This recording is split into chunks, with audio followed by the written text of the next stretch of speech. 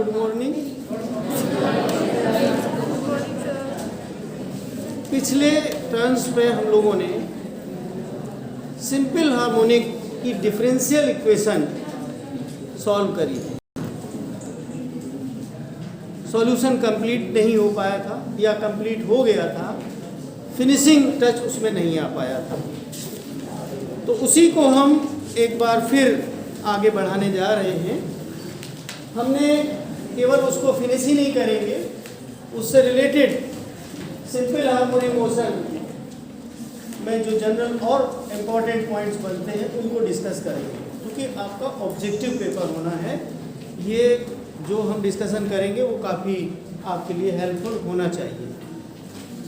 तो हम लोगों ने ये इक्वेशन निकाली थी d2x upon dt square plus omega square x equal to 0, और इसको क्या कहा था? ये डिफरेंशियल इक्वेशन है सिंपल हार्मोनिक मोशन। और जैसा कि डिफरेंशियल इक्वेशन को सॉल्व करने का मेथड है और जो फिजिकल सिचुएशन है, जो बेस्ट इसका सॉल्यूशन कंसीडर किया जा सकता है, वो हमने कंसीडर किया था a into the power alpha कर लिया था। फिर इसी से हमने d2x अपॉन dt स्क्वायर निकाला था। मैं दोबारा करूँगा नहीं। करने के बाद ये इक्वेशन आई थी x equal to a1 plus a2 cos omega t plus a1i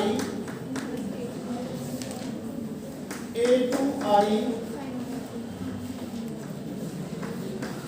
minus में फंसाइए साइन ओमेगा, ठीक है ना। चूंकि x की वैल्यू जो अल्फा की वैल्यू आई थी, इसमें सॉल्व करने के बाद alpha equal to plus minus i omega आया, याद है? यही तो आया था। अब इसको हमने इसमें सब्स्टिट्यूट किया, और फिर हम लोगों ने क्या किया था?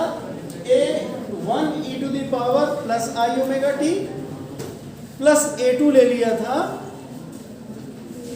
e to the power minus i omega t, और e to the power i omega t को cos omega t plus i sine omega t, और e to the power i minus i omega t को cos i omega t plus minus i sine omega t रखा था।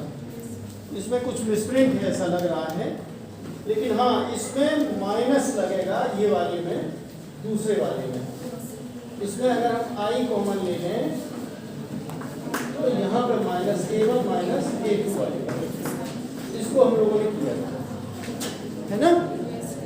फिर हमने क्या किया था?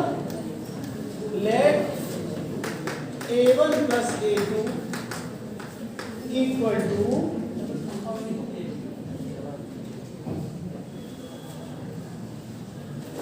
a sin phi और I into a1 minus a2 equal to a cos phi, ये हम लोगों ने एज्यूम किया था। लास्ट में चलते चलते हम लोगों ने यही किया था। तो इसमें जब हम ये सब्स्टिट्यूट करेंगे तो ये हो जाएगा a cos omega t sin phi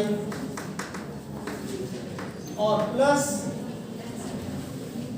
a sin omega t cos phi। इस तरीके से ये इक्वेशन आ गई थी, याद है? और इसी को हमने कह दिया था x equal to a common निकालेंगे तो sin a cos b plus cos a sin b से sin omega t plus phi, ये कंसीडर होते हैं। यही सॉल्यूशन होगा सिंपल हार्मोनिक मोशन का, या ये जो डिफरेंशियल इक्वेशन है इसको सॉल्व करने के बाद ये सॉल्यूशन निकल के आया था। जिसको आपने 11th क्लास में भी पढ़ा है, याद आ रहा? हाँ, इसको सॉल्व करने का, डिराइव करने का तरीका आपने 2dx/dt वगैरह मल्टीप्लाई करके किया था, जो कि हमें आगे चल के डैम्प्ड हार्मोनिक ऑसिलेटर और फोर्स हार्मोनिक ऑसिलेटर भी पढ़ना है। वो उस तरीके से सॉल्व होगा नहीं, तो ये जनरल जो बेस्ट तरीका है डिफरेंशियल इक्वेशन को सॉल्व करने का, वही क्यों ना यूज़ किया जाए, इसलिए हमने इस तरीके से सॉल्व करना बेटर समझा। हालांकि आपका डिस्क्रिप्टिव पेपर नहीं है, ये सॉल्यूशन नहीं आपको करना है, आपको इससे संबंधित जो छोटे छोटे पॉइंट्स बनते हैं उन पे क्वेश्चंस करने हैं।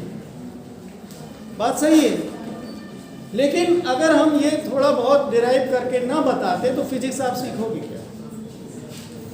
और जब तक फिजिक्स समझ में नहीं आती तब तक जो है बहुत सारे क्वेश्चन रटे हुए में कंफ्यूजन भी हो सकता है। इसे फिजिक्स अगर आती है तो आपसे गलती नहीं होगी। अब मैं एक चीज़ और करना चाहूँगा कि ये जो इक्वेशंस हैं इनसे हम इसकी वैल्यूज़ निकाल सकते हैं। जैसे कि हम अगर इसको डिवाइड करें, ये इक्वेशन नंबर हम 3 ले लें और इसको 4 ले लें, तो क्या होगा? ए कैंसिल होगा, sin phi upon cos phi क्या हो जाएगा? tan phi equal to a1 plus a2 upon phi into a1 minus a2, या phi equal to tan inverse a1 plus a2 divided by I into a1 minus a2। ठीक है, कभी कभी ऐसी ही equations पे ही ऑब्जेक्टिव बन जाते हैं, जो हम यहाँ पे फाई लगाते हैं सॉल्यूशन में। जो सॉल्यूशन हमने लिया था उसमें a1 a2 आ गए थे, उसके टर्म्स में हम फाई की वैल्यू क्या जानते हैं, यू हैव टू नो। दूसरी चीज, अगर हम स्क्वायरिंग और एडिंग करें इनका तो क्या निकलेगा? अब अगर आप इसको मिटा दो मैं बीच वाले, अगर हम स्क्वायर और ऐड करें, squaring and adding equation 3 4, you can get a square sin square phi left hand side में plus a square cos square phi. a square common लोगे तो sin square phi plus cos square phi आएगा, जो कि 1 हो जाएगा। यानी कि a square equal to a1 plus a2 whole square plus I into a1 minus a2 whole square. तो ये होगा a1 square plus a2 square plus 2a1 a2, और I स्क्वायर इक्वल टू -1 होता है। तो ये हो जाएगा -1 से मल्टीप्लाई होगा जो भी इसके स्क्वायर वाली चीज आएगी। तो इसमें स्क्वायर जब करोगे तो a1 square plus a2 square minus 2a1 a2 आएगा। तो अब चूंकि माइनस पहले से लगा हुआ है तो minus a1 square minus a2 square plus 2a1 a2। तो अब आप देखिए a1 square a2 square cancel हो गए, तो ये क्या हो गया? तो a इक्वल टू जो आएगा 2a1 2 रूट a1 a2। इस तरीके से आप जो हमने a बीच में ले लिया है वो a1 a2 के टर्म्स में जो भी सॉल्यूशन होके आता है उससे आप निकाल सकते हैं। तो ये सब चीज़ें डिस्कस करनी थी, सॉल्यूशन आपने देख ही लिया है। अब कुछ बातें बहुत ही इंटरेस्टिंग भी हैं और इम्पोर्टेंट भी हैं। मैंने अभी सॉल्यूशन डिराइव किया और ये भी आप जान चुके हैं कि अगर f equal to minus c x है तो minus d u by d x क्या लिखिएगा? नहीं sorry, minus d u by d x तो ये है ही, इसके पहले u जो था उसमें क्या निकला था? Half c x square. क्योंकि आपने पहला वाला टर्म तो जीरो कर ही दिया था, बाद वालों को हमने जीरो कंसीडर कर लिया था कि x की वैल्यू कम होने पे। अब अगर हम ये ग्राफ प्लॉट करें u का और x का, तो पैराबोलिक आता है कि नहीं आता है? तो ये आप इसका ग्राफ प्लॉट करते हैं, इसको ध्यान रखना है। u equal to half c x square. जब x की वैल्यू 0 है तब पोटेंशियल एनर्जी की वैल्यू 0 है, ये आपने देख लिया। तो पोटेंशियल एनर्जी कर्व x के दोनों साइड में, x की प्लस माइनस दोनों वैल्यूज के लिए इस तरीके से आता है। ये आपने पहले से शायद पढ़ा। एक कर्व हमें और बनाना चाहिए, इसका तो हमने बना लिया, इसका भी बनाते हैं। तो उसका अगर बनाना हो तो कैसा आएगा ग्राफ? लीनियर आएगा। कैसा जाएगा बताएं? ओरिजिन से जाएगा। तो कैसा जाएगा? एक स्ट्रेट लाइन में जाएगा और इस तरीके से आप इसको प्लॉट कर सकते हैं। कुछ हमें ग्राफ बना के आपको दिखाने हैं। तो ये जो है थोड़ा सा हमने, अगर ये इसको पहला वाला मिटा दूं क्या? जगह नहीं है। तो ये तो पोटेंशियल एनर्जी का हो गया सिंपल हार्मोनिक ऑसिलेटर के लिए। भाई ये सिंपल हार्मोनिक मोशन है और वो बॉडी जो सिंपल हार्मोनिक मोशन करती है या वो सिस्टम, वो सिंपल हार्मोनिक ऑसिलेटर कहलाता है। तो अब अगर हम इसका ग्राफ खींचें x और f का, और जो कि minus d you upon D x के बराबर होता है या माइनस सी एक्स के बराबर होता है, तो ये सीधा सीधा स्ट्रेट लाइन है। इसको पहचान लेंगे। अगर कहीं फिगर बन के आ जाए, x इक्वल टू 0 पे 0 है, ये ध्यान रखना है आपको, ठीक है? ये जो पॉजिटिव साइड में डाउनवर्ड जा रहा है और नेगेटिव साइड में अपवर्ड, चूंकि माइनस है, इसमें माइनस लगा हुआ है। तो इस तरीके से आप जब x की वैल्यू माइनस करोगे तो माइनस माइनस प्लस जाएगा। तो ये जरूर ध्यान से देख लें, जरा सा भी वेरिएशन में आंसर में कंफ्यूजन होता है। ये आपने देख लिया। अब मैं आपको एक और ग्राफ प्लॉट करके दिखाना चाहता हूँ, ठीक है? वो हम इससे रिलेटेड ग्राफ से रिलेटेड क्वेश्चन आ जाते हैं, तो आपसे कहीं गलती ना हो, ये बेसिक जानना जरूरी है। ये हम कर्व बनाना चाहते हैं, कई कर्व हैं एक साथ बनाते हैं।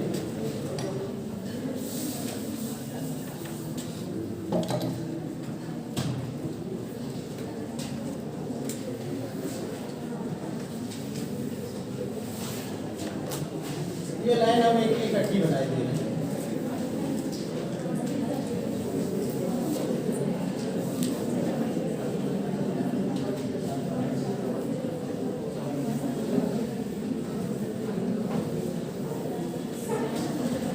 ये जो हमने लिया है, ये इक्वेशन लिखी हुई है x equal to a sine omega t plus y। अब फाई इक्वल टू 0 होने पे क्या होगा? x equal to a sine omega. ये x है, ये भी x है, ये भी x है। y एक्सिस पे हमने x लिया है, displacement from the mean position, और x एक्सिस पे हमने टाइम को लिया, क्योंकि टाइम के पर डिपेंड कर रही है मोशन। तो एक्स टी कर्व भी कह सकते हो, ठीक है ना? या टी एक्स कर्व, क्योंकि टाइम पहले लिखा है x की जगह पे, ठीक है? या टाइम डिस्प्लेसमेंट कर्व। ये कौन से कर्व हैं? Time displacement curves of SHM, ठीक है? वन डायमेंशनल मोशन, ठीक है? अब अगर हम pi equal to pi by 4 कर दें, कितना?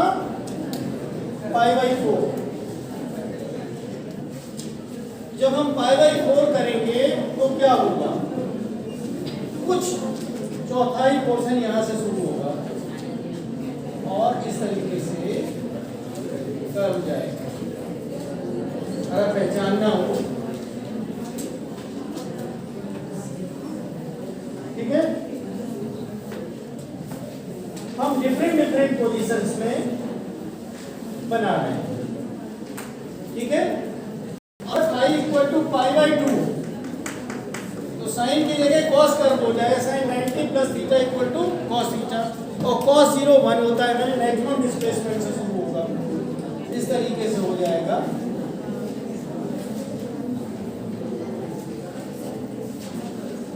ठीक है, ये फाई इक्वल टू वैन, यहाँ वैन लगाए दे रहा हूँ, फाई इक्वल टू 0, ऐसा कर्व आप पहचानना सीखें। पाई बाई 4 का मतलब हमने थोड़ा सा ये पोर्शन आपका पहले से शुरू हो गया, प्लस पाई बाई 2। जब पाई बाई 2 मतलब आप रख के स्वयं भी दे सकते हो ट्रिग्नोमेट्री के हिसाब से। पाई बाई 2 करने पे ये हमने समझा दिया आपको, ठीक है। अब इसी तरीके से हम नेक्स्ट वाला जो है, अब 3 पाई बाई 2 ना लेके सीधे हम ले लेते हैं पाई पे, जस्ट उसका रिवर्स इमेज हो जाएगा, अपोजिट फेज में आ गया। जब फाई इक्वल टू पाई हो गया तो ऐसा कर्व आएगा, टाइम डिस्प्लेसमेंट कर्व इस तरीके से आएगा, ये सब पहचान लीजिए। टाइम डिस्प्लेसमेंट कर्व अगर आपने, जैसे सिंपल पेंडुलम ही है, आपने यहाँ से शुरू किया हुआ है और यहीं से आप स्टार्ट कर रहे हो सब कुछ, तो ये कौन सा वाला कर्व आएगा? मैक्सिमम डिस्प्लेसमेंट से शुरू कर रहे हैं, कौन सा होगा? ये वाला। आपने 1/4 जो है 4 हिस्सों में बांटोगे, ये 2 हिस्से हो गए, ये और ये, तो उसमें से आपने मीन पोजीशन से स्टार्ट करने के बजाय हमने, चूंकि पूरा 360 डिग्री या पाई 2 पाई होता है, 1/4 कितना हो जाएगा? पाई बाई 2। तो आपने मैक्सिमम डिस्प्लेसमेंट से शुरू किया है, तो उसका जो इक्वेशन है लिख भी सकते हो इसको, x equal to a cos omega t, a cos omega, ये हो। सिंपली अगर हम कर्व के रूप में देखना चाहते हैं तो ये भी सिंपल हार्मोनिक मोशन की इक्वेशन है। फाई इक्वल टू 0 में simply x equal to a sin omega t होगा। क्या होगा? क्योंकि फाई इक्वल टू 0 ले लिया है, इसमें क्या होगा? x equal to a sin omega t plus pi by 4। ये लिखने में हो गया, ये प्लॉट करने में हो गया, ये लिखने में हो गया, ये प्लॉट करने में, ये लिखने में, ये प्लॉट करने में। इसी तरीके से नेक्स्ट वाला आप समझ सकते हो। कोई प्रॉब्लम तो नहीं समझने में? तो ये छोटी छोटी सी बातें हैं जिनको आपको आना चाहिए, ठीक है। अब एक चीज और आगे हम लोग जो जरूरी है वो करने जा रहे हैं। अभी हम लोगों ने इक्वेशन देखी, ये छोटी छोटी बातें हैं, चूंकि ऑब्जेक्टिव क्वेश्चन है इसलिए बताना, और वैसे भी जरूरी है फिजिक्स के पॉइंट ऑफ व्यू से। अभी हम लोगों ने 2 इक्वेशंस तो आपके सामने हैं ही। एक है d2x upon dt square equal to minus omega square x, हमने कुछ चेंज करके लिख दिया। और ये d2x square, d2x upon dt square क्या होता है? अल्फा, क्योंकि a हम नहीं लिख सकते क्योंकि एम्पलीट्यूड ले लेते हैं।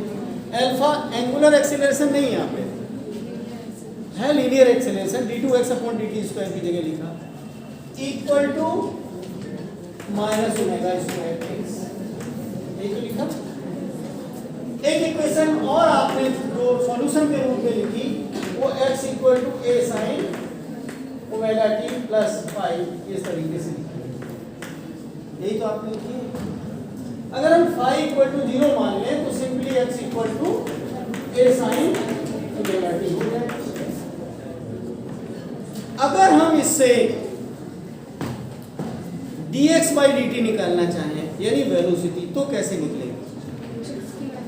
मैं आपको इसी इक्वेशन से आप क्या करोगे? इंटीग्रेट करा दोगे, या फिर क्या कर सकते हो तुम? इसको डिफरेंशिएट करो, यही तो करोगे।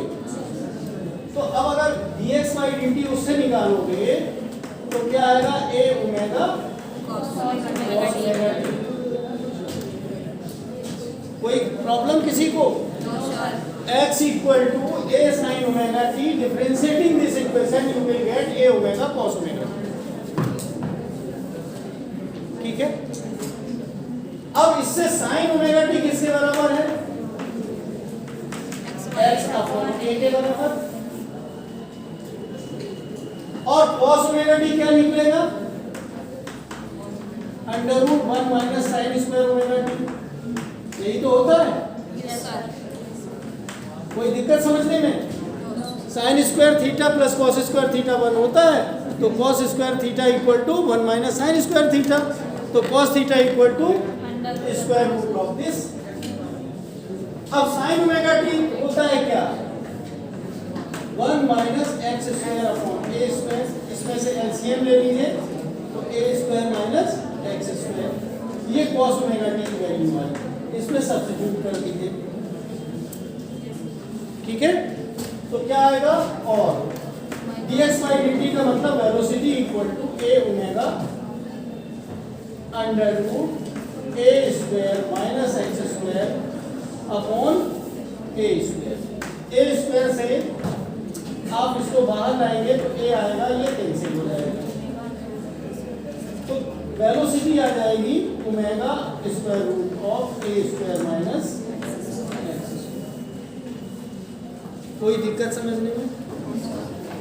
तो वेलोसिटी का फार्मूला आ गया।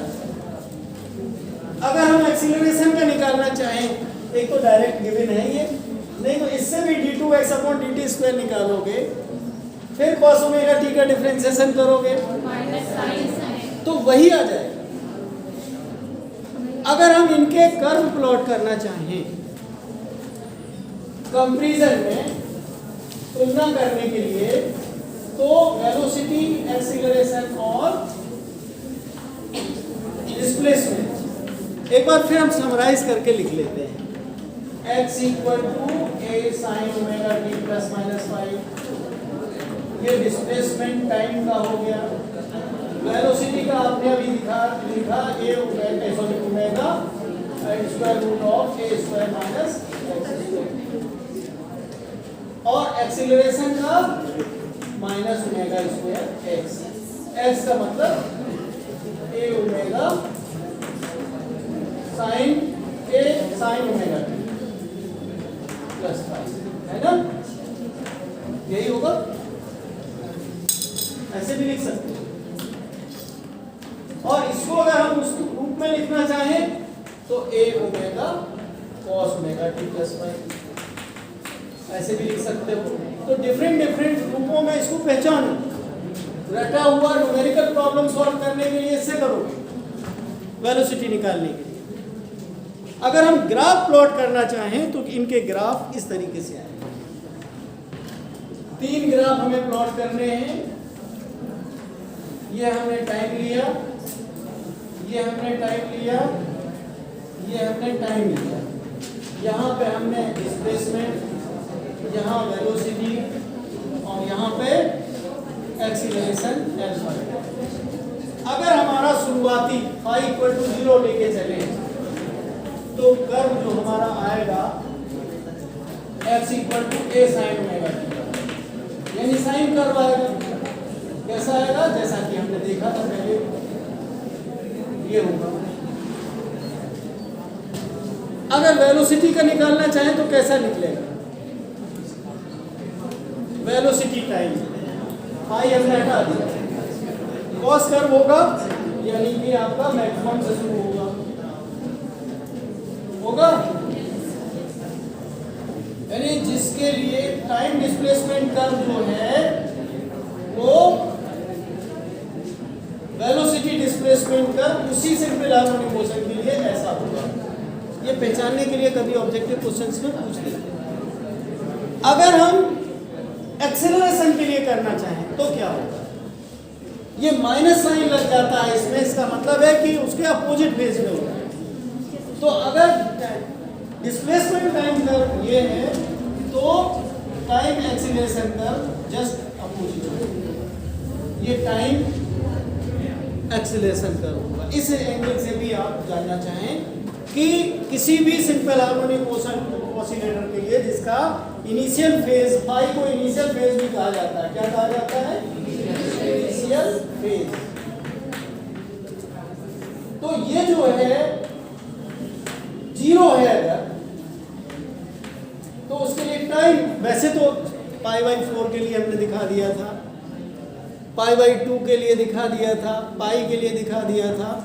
हमने इन जनरल φ = 0 पे प्लॉट किया कि हम तीनों का कंपैरिजन देखें। हमेशा डिस्प्लेसमेंट के अपोजिट होता है एक्सीलरेशन। और पिछले दिन हम लोगों ने एक्सीलरेशन का मतलब फोर्स भी, फोर्स तो मास इनटू एक्सीलरेशन होता है, कि हमेशा डिस्प्लेसमेंट के अपोजिट होता है एक्सीलरेशन। यही तो उसकी बेसिक डेफिनेशन भी है सिंपल हार्मोनिक मोशन की। रिस्टोरिंग फोर्स इस प्रकार से लगता है कि वो जो डिस्प्लेसमेंट है या विस्थापन के है सीधे समानुपाती होता है या डायरेक्टली प्रोपोर्शनल होता है, और उसकी दिशा हमेशा मीन पोजीशन की तरफ होती है। ठीक है, मीन पोजीशन का मतलब मध्यमान स्थिति के,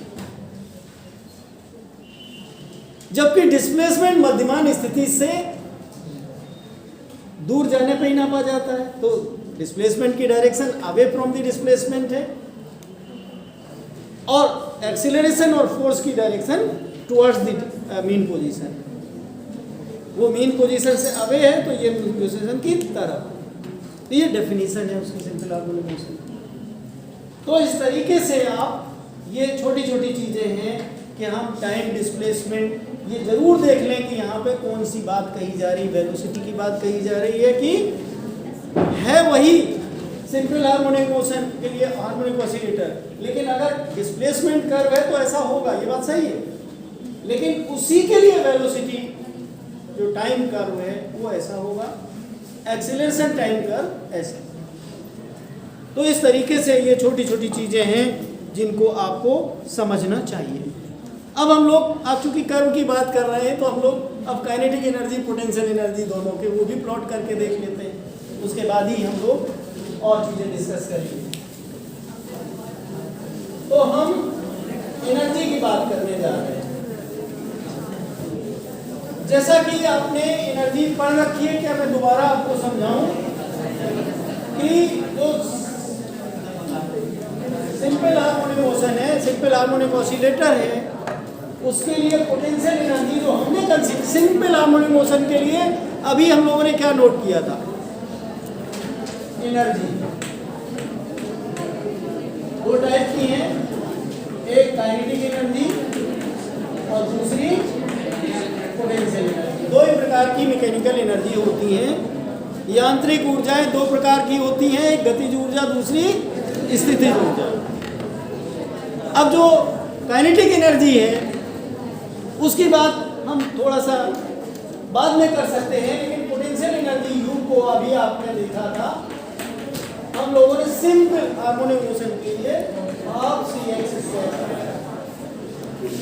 ठीक है, यही तो कहा था।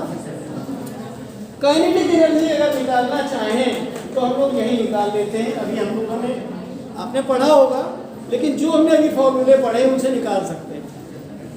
आप जानते हो हाफ mv² होती है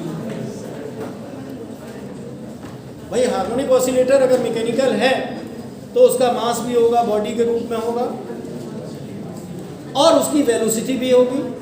और वेलोसिटी के लिए फॉर्मूला अभी आपने पढ़ा, क्या था, ω√a² माइनस x²। तो इसको अगर हम यहाँ सब्स्टिट्यूट करें तो हाफ m ओमेगा स्क्वायर और ब्रैकेट में a² माइनस x²। एक चीज और मैं याद दिलाना चाहता हूं कि आपने जब डिफरेंशियल इक्वेशन सॉल्व करी थी तो वहां पे हमने ω² = c/m या c/m = ω² सब्स्टिट्यूट किया था कि नहीं? यानी कि c जो होता है वो m ω² के बराबर होता है। तो जो काइनेटिक एनर्जी है ये half m omega square x square के रूप में भी याद करी जा सकती है। भाई कोई ना कोई एंगुलर फ्रीक्वेंसी होगी उसकी, ओमेगा वो क्या कहते हो, फ्रीक्वेंसी तो न्यू या फ्रीक्वेंसी एफ से भी डिनोट कर देते हो आप, फ्रीक्वेंसी एन से भी डिनोट कर सकते हो। किताबों में आपको फ्रीक्वेंसी के नोटेशन जो है वो 3 मिलेंगे। आपने सबसे पहले फ्रीक्वेंसी को एफ से डिनोट किया, फ्रीक्वेंसी को एन से भी डिनोट कर चुके थे, और इसके अलावा न्यू से भी करते हैं, तो कुछ भी लिखा हो।